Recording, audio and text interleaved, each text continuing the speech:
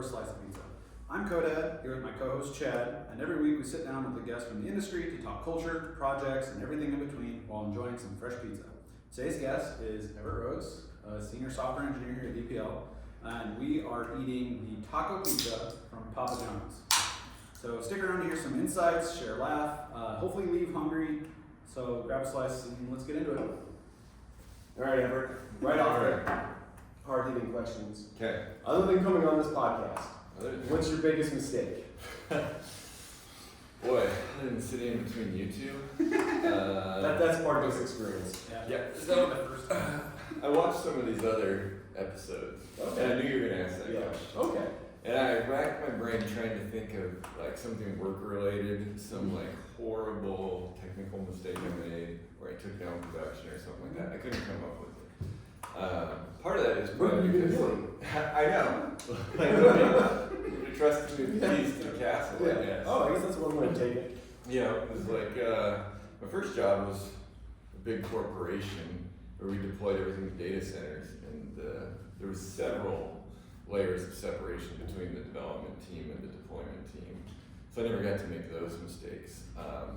The closest I can think of is I was adjacent to a conversion that went horribly wrong, because I started my career working in support before I moved over to the programming department. And I was working with a guy at a data center. We were doing a conversion of moving a bunch of accounts from one bank that was bought to another. And it was all green screen COBOL stuff. And he had to run the command line like from the, there's a special program from the conversion programs that they custom wrote, moving this data from a competitor into this other system. One command line, move this ID to that ID, right? Yeah. Wrong ID on the other one he was supposed to move it into, and it was multi-tenant since it was at a data center. Yeah. And then we're like, where's the accounts? Where do these accounts go? Oh, they're in the wrong institution. And then, I was the support person in the middle coordinating everybody. So I'm back on the phone with the customer. Yeah, it's taking longer than than we thought. It'll be another couple hours. How do we identify these and get them? So the conversion programming guy had to write a whole nother conversion program. Like, in 4 hours or less. I don't know how he did it. But he had to identify them all and get them moved back over. And that was a pretty stressful day. Yeah. I mean, besides that, I've got lots of personal stories and mistakes I made. Do you have a really funny personal mistake? I can tell you about the second time I burned off my eyebrows. Yes, I do. You should have started with that. The other one was funny. Okay, cut that. Okay, we'll cut that. Cut that. Just go straight to this one. Yeah. I don't even know. Most people don't even burn their eyebrows off once. I've done it twice. That was my second time I singed off my eyebrows. Yeah. And this one was as an adult. Like you can write it off when you're under 18, right? And you're playing with gasoline or something. But this was as an adult. As we all do. Yeah. This we all did in the 90s. Wedded. Wedded gasoline? No, I don't think it was wedded. But I just gotten my first real job, and I was commuting like an hour plus each way after college because we hadn't moved to Lincoln yet. I had lots of time to think, and I couldn't stop thinking about building a potato gun. So I stopped at Menards, one on a Friday, headed home from work, bought all the PVC and everything I needed, got home, got it together, got a few good shots out of it, and I was using hairspray as the accelerant.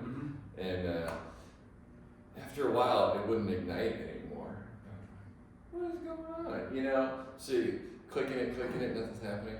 Open up the chamber, I wonder if it's sparking. Boom! It was too much hairspray down there. Oxygen mix in the chamber, caught a firewall in the face. And then I had to go to work on Monday with half eyebrows. How am I going to explain this? Is that my new job? That's pretty good. That's a good one. Yeah. Yeah, you really came through. Good job. Thanks. Yeah, that's up there with the personal damage with diarrhea and fingerprints getting removed. We're going to have a backlog of these good stories. We're not rating who has the best mistake story yet. Yeah. This one's a good one. This could be on the recap episode. We can do that. We'll do that. Yeah. This is good. That's really good. Yeah. So the pizza. I haven't tried it yet. Alright, we'll give you a second. Okay. Yeah, uncover it. Now, you didn't get any taco sauce on yours. I didn't put taco sauce in mine either. Okay. I feel like you're gonna have a different experience. I probably will. Did you taco pizza? Oh, that must be from the pepperoni. Yeah, you got There shouldn't be it. pepperoni. Now, have you had the Casey's taco pizza? Mm-hmm. Okay, so you have a bar to compare this against. Chad has never had the taco pizza. This is not nearly as good as the Casey's. I agree. I agree. And something about the sauce is missing, like whatever bean sauce Yeah. that Casey's. Casey's does something magical with that sauce. It's not something you expect, and it's really good. Mm-hmm. But they might have better taco sauce. And that's maybe the very oldest needs. Yeah. Because right now, it's kind of plain. Yeah. The taco sauce on Casey's pizza is good. This one might be better. And it looked like it might have been something, I doubt it's made in house, but it's not just packets. It was a Okay. little pop container. Okay. I didn't see that. I would have done that. Yeah. So you gotta rate it 1 to 10. Okay. The scale is 1 or 2 is usually I'm not gonna eat it, or I'm not gonna eat it if I'm starving. Up to 5 is like it's pizza, whatever. 5 to 7 is usually okay, it's a pretty good pizza. And anything like in the 8, 9, 10 range is I'm gonna keep eating until I hate myself. No leftovers. I think I'm gonna give this a 6. 6. Like, if it was there, I'd eat it. I'd eat it again, but I wouldn't order it Yeah. myself. Yeah. Yeah. Yeah, if someone got it, I would eat it. But I'd never go out of my way. I think that's how I feel about all Papa John's pizza though. Yeah. They've got a few that are okay. Yeah. I feel like a buffalo chicken or something is fine. But even then, like, I'd rather get a barbecue chicken pizza or something from someone else most of the time. Slightly controversial here. Okay. I think just their plain pepperoni is actually quite good, Sure. especially with like the butter sauce there, You do have good garlic sauce. the garlic. That is amazing. So I've eaten more Papa John's since high school than any other pizza. Sure. So it's maybe something I've eaten a lot of, which I've never really gotten tired of it. Yeah. So I have a kind of a soft spot for Papa John's. And actually the chaperone, they have limited windows where it's like this massive pizza with excessive amounts of pepperoni. It's pretty good. That was good. Yeah. But again, I don't think this isn't a 9 or a 10 or an 8. None of the pizzas is getting to that level at all. I'd give the taco the exact same score. It's a 6. It's very good. I mean, would eat it. Not gonna go out of my way to order it. Yep. Maybe with the taco sauce, I'd give it a slightly higher score. Sure. Probably not. I don't think it could get past a 7 even with a great taco sauce. Yeah. Taco sauce does add quite a bit too. So you guys might have rated higher with taco sauce, but I think I'm close to you guys. I'm gonna go 5.5. Oh wow. The taco sauce is good, but when you've had Casey's taco pizza, much of that, like that's a high bar, and this just isn't kind of. Yeah. It's still pizza. Like it's still good. Yeah. If it's in front of me and nothing else, I'm gonna eat it. But I'm not gonna finish the box if it's in front of me. I know just kind of some of the work you've got to do here lately. You've got to do a lot of AI type stuff, interact with quite a bit of AI type stuff, right? Just kind of get your take on that, how that's gone. It's been like programming against some AI models, and you guys are actually training them as well, right? No, you're not we haven't training done them. any training yet. I think that's Okay. probably on a future roadmap. Okay. I think our clients our partners have the data, to make it better, but we're kind of at that foot in the door. Like, get the foot in the door, see what the general model can do, then we'll tune in and make it better and better. Sure. So far, it seems it's almost too easy to get started, right? Like the barrier to entry seems pretty low, which is cool. In particular, I was experimenting with the Azure AI Studio, which is almost a clone of the OpenAI playground, if you messed around with that. But the ability to, deploy a model, it just takes some clicking around. It's like, am I programming or am I just clicking stuff in a tool? Sure. And then more infrastructure. the prompt engineering is kind of fun. Like we're at the point in the project where just experiment with it. Like get me to a proof of concept where can it produce something that looks like it's going to be close. Yeah, that's good enough. Let's move forward with it, right? The thing that it seems like we're doubling down on is that one prompt's not going to be good enough. you can never just have one prompt that's going to be static and work for any length of time, especially with the new models coming out. So really, I think with all these things we're building, we have to make it so that the business people, the product owners, business analysts, that they can go and continually tune these prompts. So how we're building the software, we need to expose that to our end users, so that they don't require a code push every time they need to tune a prompt. I think that just adds way too much overhead, and it's worth upfront paying for building whatever admin screen or infrastructure you need so that your business people can do those adjustments. Think you're gonna be changing models quite a bit as well? I expect so, yeah. Okay. Even when I was reading through the Azure documentation, they recommend like deploying multiples and round robining if you're gonna have higher requests, like deploy multiple of the same models and round robin through them so you're not like maxing out your tokens, and you can get more throughput that way.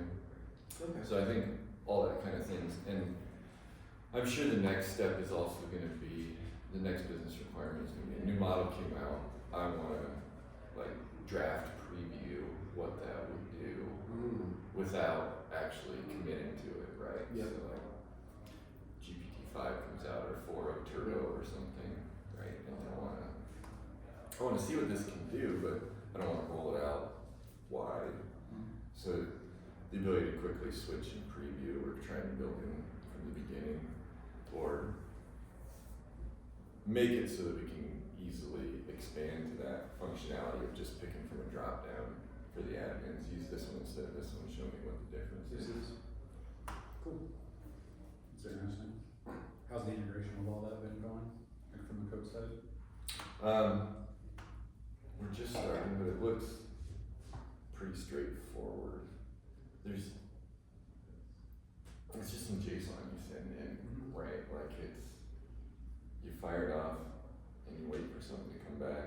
I think the biggest challenges are the time delay. Like it doesn't seem predictable how long I'm gonna have to wait. Or what do you give the user to do while we're waiting for the AI to respond?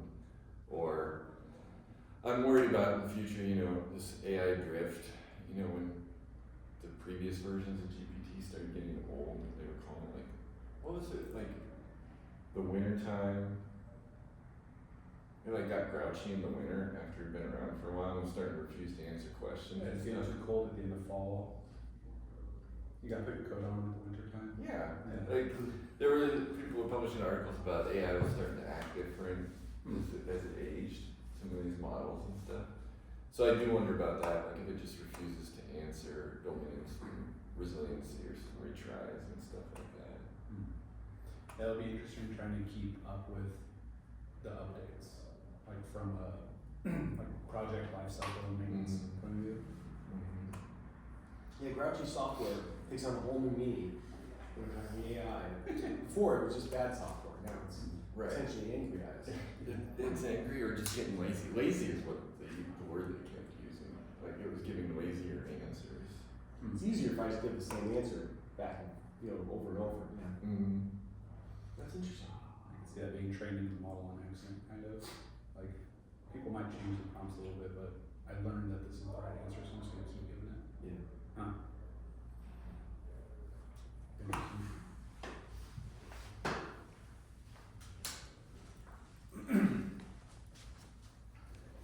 From working with you for a few years, I know that you have a lot of different hobbies, do a lot of stuff outside work, have a family involved with all the family things and scouts and camping and shenanigans like potato cannons.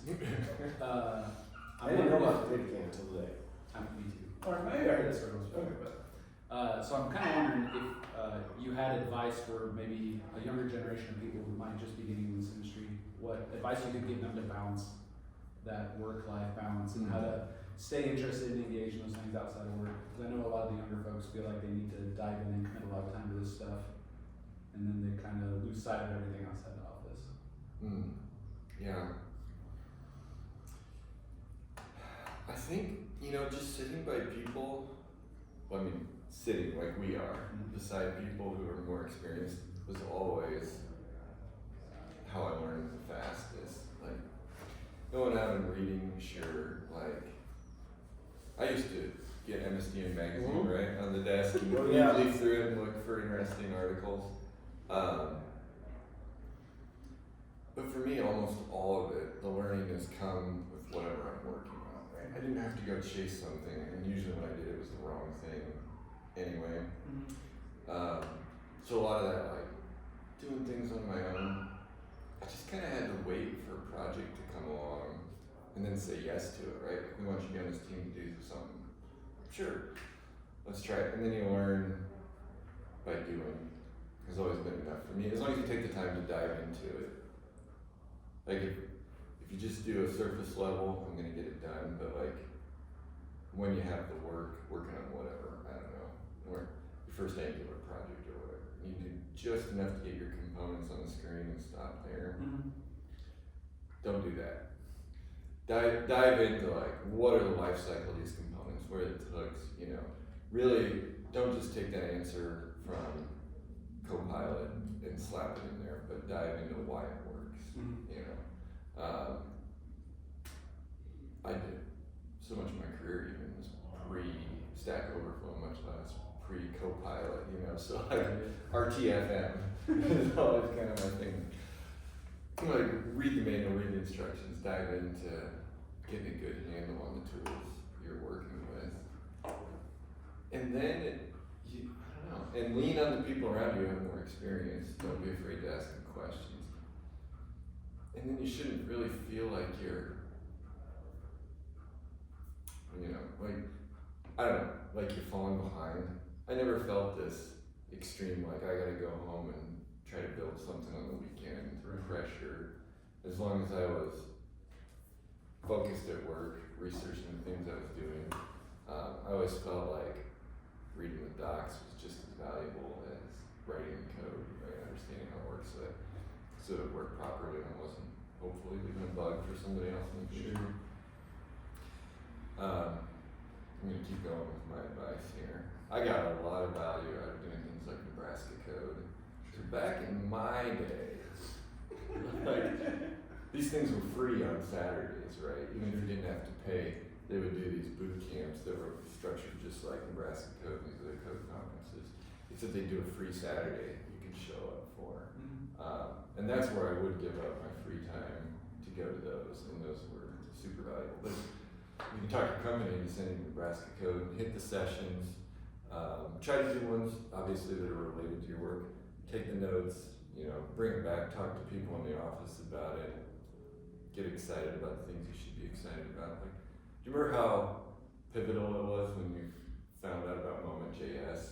But do you remember how it's dead now, right? It's dead now. But do you remember how like it changed your life for the better? Yeah.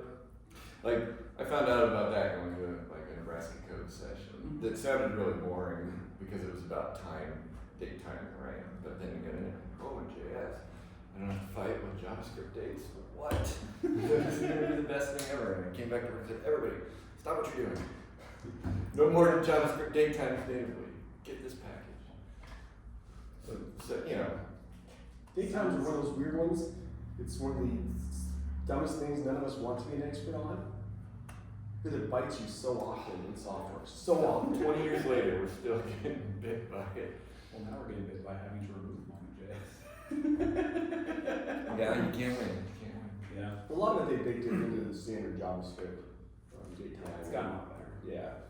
Ironically, I was fighting with JavaScript date times at like 10 o'clock this morning and failing. But that's a separate problem. That was a me problem. 10 o'clock, 11 Eastern.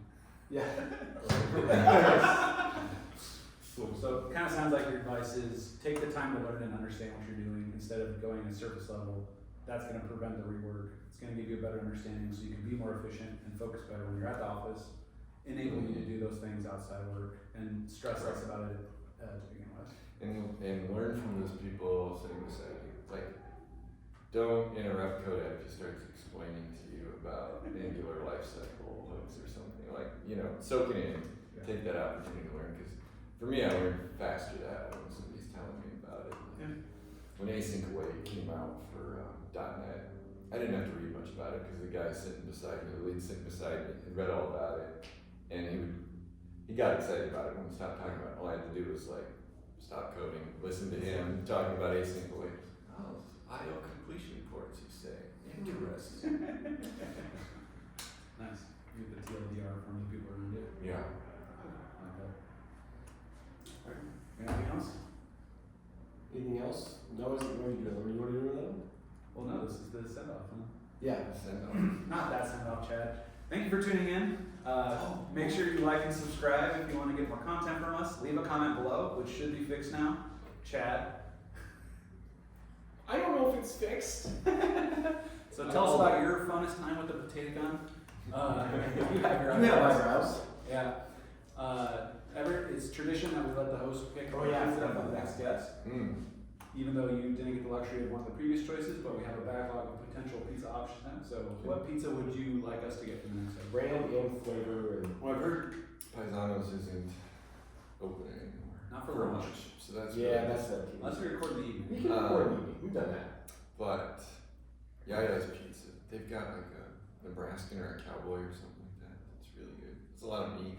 Okay. I think they have Nebraska. I think it's If Nebraska. you guys haven't done that yet, you should We do did a that. Supreme from Yaya's. Yeah. But, all meat from Yaya's, can be on these, whatever that one is. Yeah. Alright. Okay. That's it for next time. Make sure you tune back in for the next slice. Do we know who the next guest is? Shauna Dorsey was our next guest. Okay. See you then. Have you ever read Born to Run? Yeah. I mean, come on. If you haven't read Born to Run, It's an audiobook. you can get it on audiobook. Yes, Okay, you I'll can. listen to this. Yeah.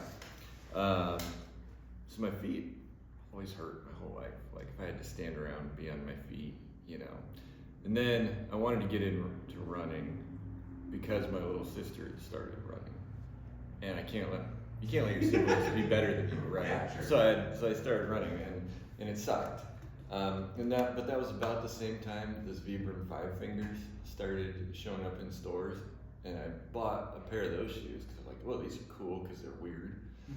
I was like, I bet I can run in these, and at the same time, somebody, I think it was a coworker at the time, told me to read Born to Run, which is all about half the book is about the human anatomy of like how our bodies are built, designed to run, and then the other half of the book is this guy's adventure going down into Mexico and finding this tribe where and this is a true story, where ultra marathoning is part of the culture, like culturally every year. Yeah. Okay. This village, it's a group of native, I guess you call them native Mexicans, indigenous people, and it's part of their culture. Like they hold an annual ultra marathon where they run through crazy jagged mountain passes and stuff, and they all run in sandals made out of old tires, where they just cut a foot shape out of an old tire tread and strap it on their feet and run these ultra marathons. So then half of it's this exciting adventure about this guy dodging drug dealers and stuff and cartels to get down into this part of Mexico, and his adventures living with these people and learning about them. And then the other half of it is all the science of why the modern running shoe is bad for you, and anything with the elevated heel changes the way your foot lands. And so I bought into all of it, at the same time, because that book was so popular, shoe companies started coming out with flat, minimalist soled shoes. And I went from having super flat feet, like, you get out of the pool and you walk on the cement and it was a completely flat-footed footprint, to actually having where it looked like there was an arch in my foot, in the footprints I'd leave behind, because it built up all the muscles in my foot, having to run in shoes that were similar to a barefoot motion. So not having an arch in your shoe made your feet arch. Yes, it forced all those muscles to strengthen up where my arch should have been, since there was an arch, something else holding it up. Okay. And so I've been telling everybody that they should switch to these kind of shoes. And I've run, I did my first marathon in those, or half marathon, in those toe shoes. But they wear out really fast. So sandals are actually the way to go. They'll last a lot longer. Just like a flip-flop sandal, or what's the? No, like a Chaco style.